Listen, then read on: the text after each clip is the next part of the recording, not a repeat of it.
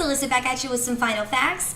Today we're going to be wrapping up our three-part response on the State of the Union address. In our finale part 3, we are going to be talking about immigration, the border wall, and of course I'm going to be addressing this fake news national crisis at the border. If you guys want to catch up on part 1 and 2, part 1 was on reproductive rights and the abortion laws recently passed in New York. Part 2, we actually talked about the economy and poverty in modern day America. You guys can check out the links for those below in my description.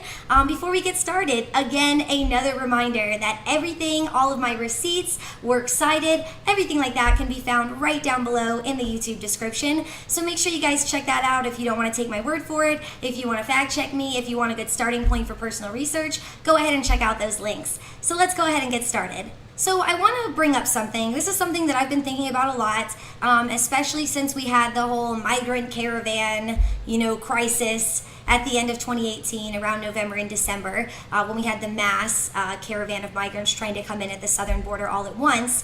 So I want to talk about that, and I want to talk about just any instance where we have like an overwhelming number of people trying to come in through our southern border. So I want to talk about that, but I'm gonna try to take it a step back and put it in a perspective and kind of frame it in a way that Republicans can understand. I'm gonna frame it through the idea of the Second Amendment, because why do Republicans really love the Second Amendment? Well, the huge thing with the Second Amendment and with gun rights is it's that they have this right. They have a right to defend themselves, and they really believe in this idea of defending themselves. And what I think is so ironic is that Republicans will understand. They'll understand this concept that what would happen if you, a gun-toting Republican, was backed into a corner and you had nothing else to do. You're backed into a corner. Someone's really threatening you. What are you going to do? You're going to defend yourself. You're probably going to pull out your gun, or you're going to do something to defend yourself, because that's what you really believe in. So let's think seriously about what would have happened if that caravan from November or December, if any horde, any huge mass of immigrants, what would happen if these people were met with social workers, lawyers, and other trained professionals that could process their claims versus being met with military-grade defense? What do you guys think would happen? I really truly think that, especially in the instance again of that migrant caravan at the end of last year, if those people, if they would have been met with lawyers, with social workers, with people that were willing and ready to process their claims and get started on that lengthy process, do you think they would have thrown rocks? Because I sure don't. I sure think that the huge reason of why they threw rocks was because they were met with military-grade defense. As, again, would any Republican do if they were backed into a corner? They would act in defense. It's pretty basic stuff, you guys. You see, here's the thing, and this has been said a million times over, and I hate that it needs to be said again because nobody, on the right seems to be getting this and grasping this idea. The left doesn't want open borders. We don't want open borders, you guys. I do not want open borders. What we want is an immigration system that values humanity as much as it does effectiveness. And I can't help but bring up something that was said by Stacey Abrams. She did do the Democratic response to the State of the Union, and she said, compassionate treatment at the border is not the same as open borders. Compassionate treatment, you guys.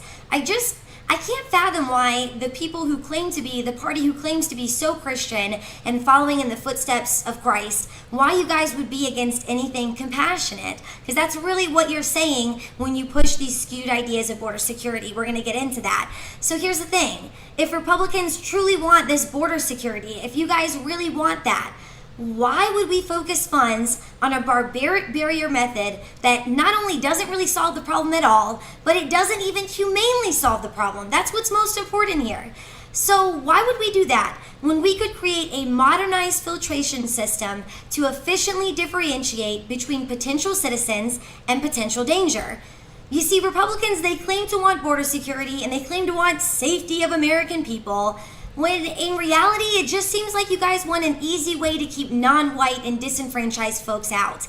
And the reason why I can say that, the reason why I know you don't actually care about keeping Americans safe, is because you will give so much, like an abundance of politically motivated attention to a handful of people killed by undocumented individuals living here every year.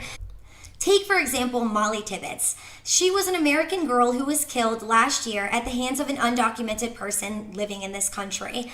And a lot of notable Republicans, like Tommy Lahren, they immediately weighed in, trying to basically use Molly's death as a tool to say that every single undocumented person in this country is dangerous. They tried to use Molly's death as a reason, as evidence of why they could shame all undocumented persons living in this country. But what's really crazy specifically about Molly's death is that her family members, they actually made multiple statements condemning this reaction coming from Republicans.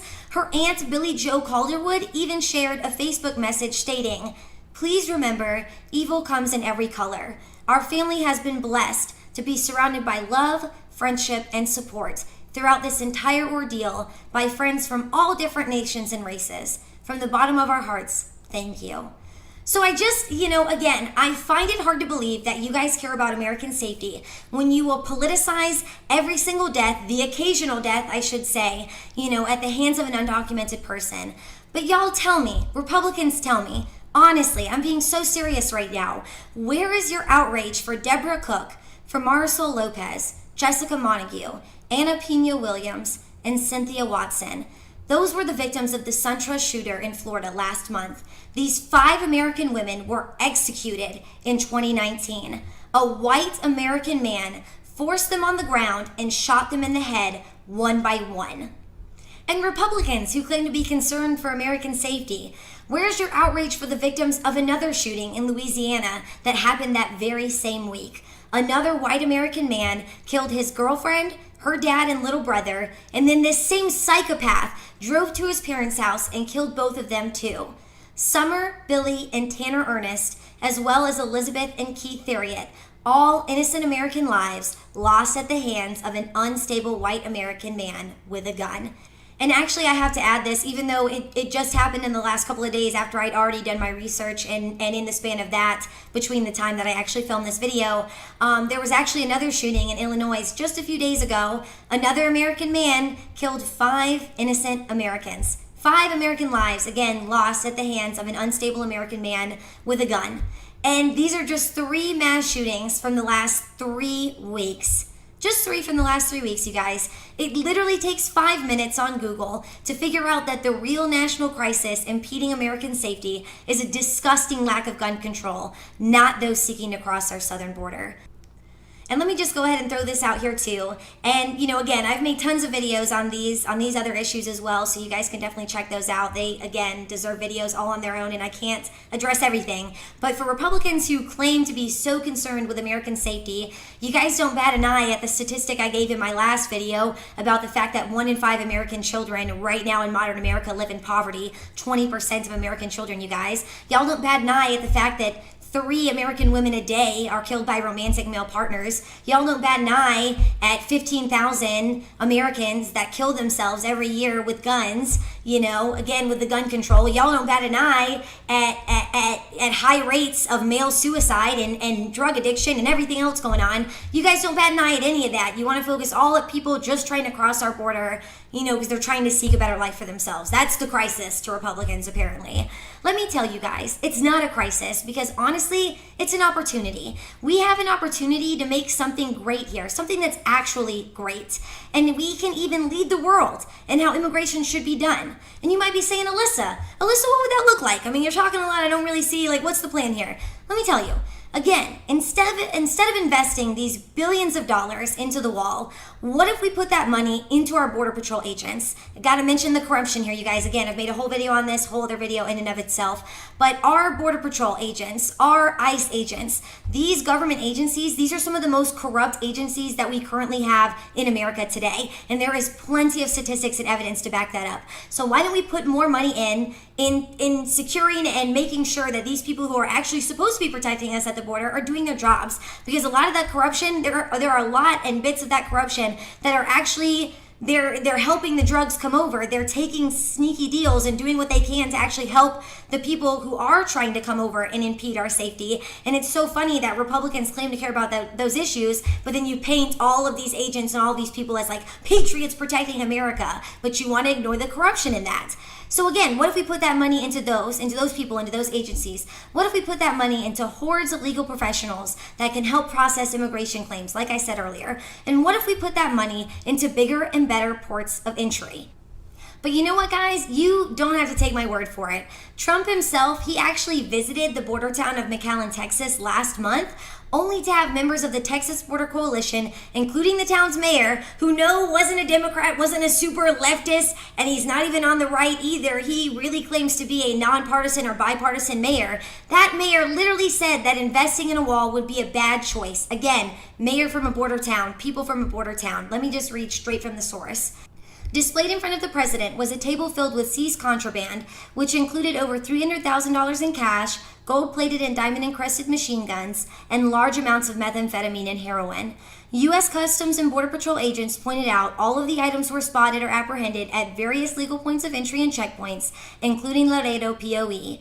CBP officers also showed Trump blown-up photos of tunnels that were dug to get guns and drugs across the border. Neither Border Patrol agents nor President Trump explained how a border wall would help stop the flow of drugs through tunnels and legal ports of entry.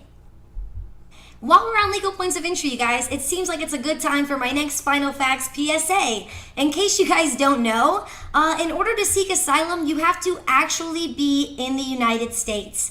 So this is what's frustrating right now. What's frustrating is that this administration is blocking off ports of entry, and they're turning asylum seekers away for no reason but their own inefficiencies. So before you buy into blatant lies about a majority of these asylum seekers being lazy leeches, traveling thousands of miles, specifically to spite each of you, take a step out of your Fox News safe space and take the time to understand what is actually happening.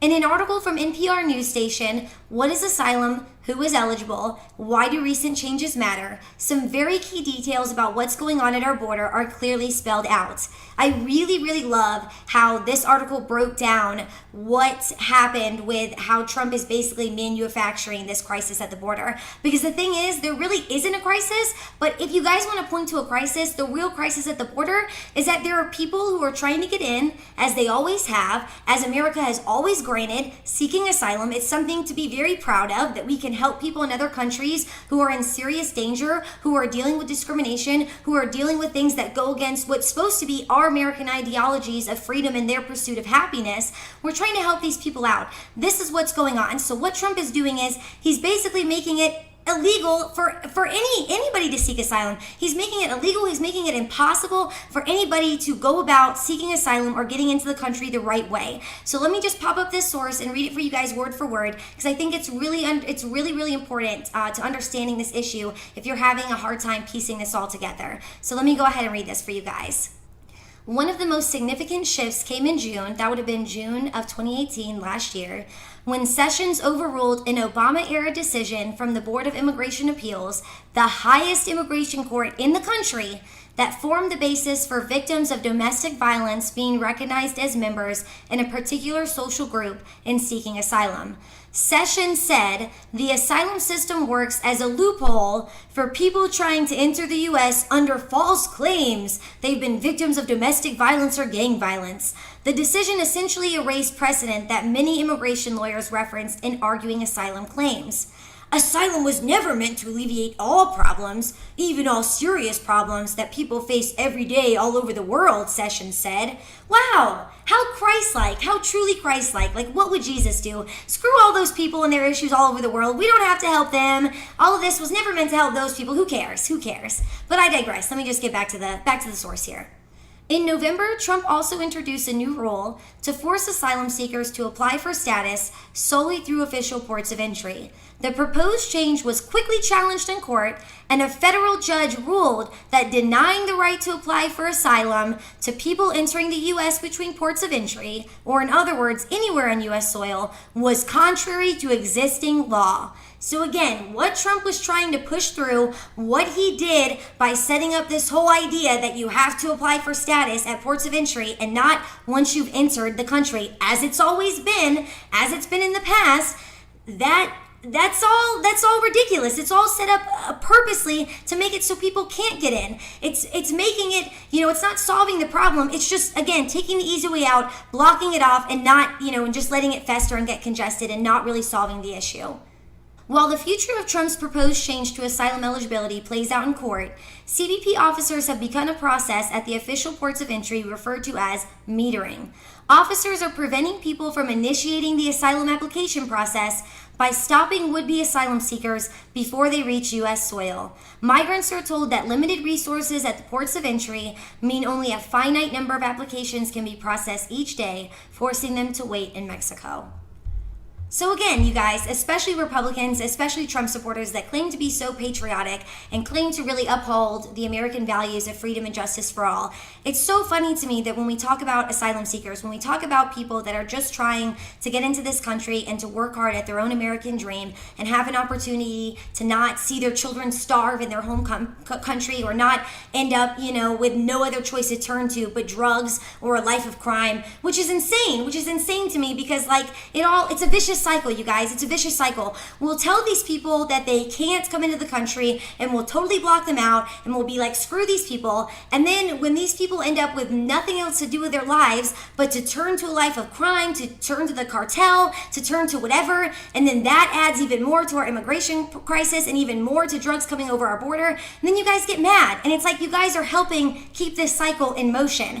And again, how easy you guys forget when we talk about asylum seekers, when we talk about these people that are just trying to come over and make the better lives for themselves, how easily you forget what's literally written at the bottom of the Statue of Liberty.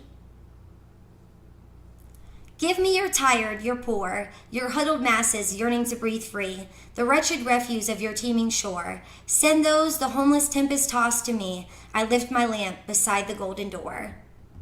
And for those good old God-fearing evangelicals who understand everything that's been said so far, but you still don't care, you still are kind of brushing it off because why should the U.S. take responsibility for anyone outside this country, right? Who cares about everybody else? It's all about America first. You know what? It's time for a history lesson on the century of U.S. intervention that literally created the immigration crisis that we're dealing with today. So for those of you Republicans who decide to selectively pick your history to fit your narrative, don't know if you guys know this, but in 1904, Theodore Roosevelt declared the United States right to exercise an international police power in Latin America. And ever since that moment, our intervention has been irrevocably attached to the Central American crisis of internal and international displacement and migration. Over 100 years, you guys, over a century of U.S.-backed military coups, corporate plundering, and extraction of resources directly correlates to the poverty, instability, and violence that's causing people to flee from Guatemala, El Salvador, and Honduras. Honestly, you guys, this could be an entire video in and of itself. So to keep things moving, again, the YouTube description for this video will have some links.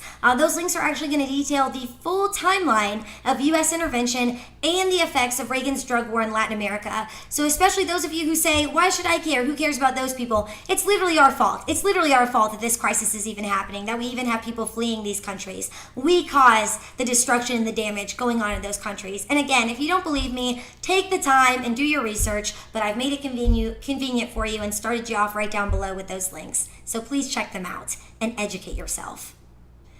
So to wrap up my finale, State of the Union response finale, and also our discussion of this national crisis at the border, I'd like to point out a couple hypocrisies in Republican logic, like I always like to do. So I want to take it back to part 1 on abortion, especially for those evangelical 45 supporters that gleefully shared this image after the State of the Union. Every child's life is sacred? Really? Every child's life? So what about these very children seeking asylum at our border? Or what about these children, Republicans? What about Trayvon Martin, Tamir Rice, Michael Brown? Were these children's lives considered sacred when they were murdered by police officers? And for that matter, what about every child who's killed while they're literally sitting in school trying to get an education? What about their lives? Do their lives matter? Are their lives sacred? It seems like they aren't. It really, really seems like they aren't. So thanks for watching, you guys. That's been my finale, part 3 to our State of the Union response. Stay tuned. We've got more videos coming to you. In the meantime, if you guys would like, consider donating to my Patreon and becoming a patron, or donating to my Venmo or Cash App, so that way you guys can help support Final Facts independent journalism, help me out with camera equipment and better editing software. As always, please check out my sponsor, Emilio Perez, and follow us both on all of our social media handles. Everything's going to be linked in the description. Thanks so much for watching, guys. I'll talk to you next time. Bye.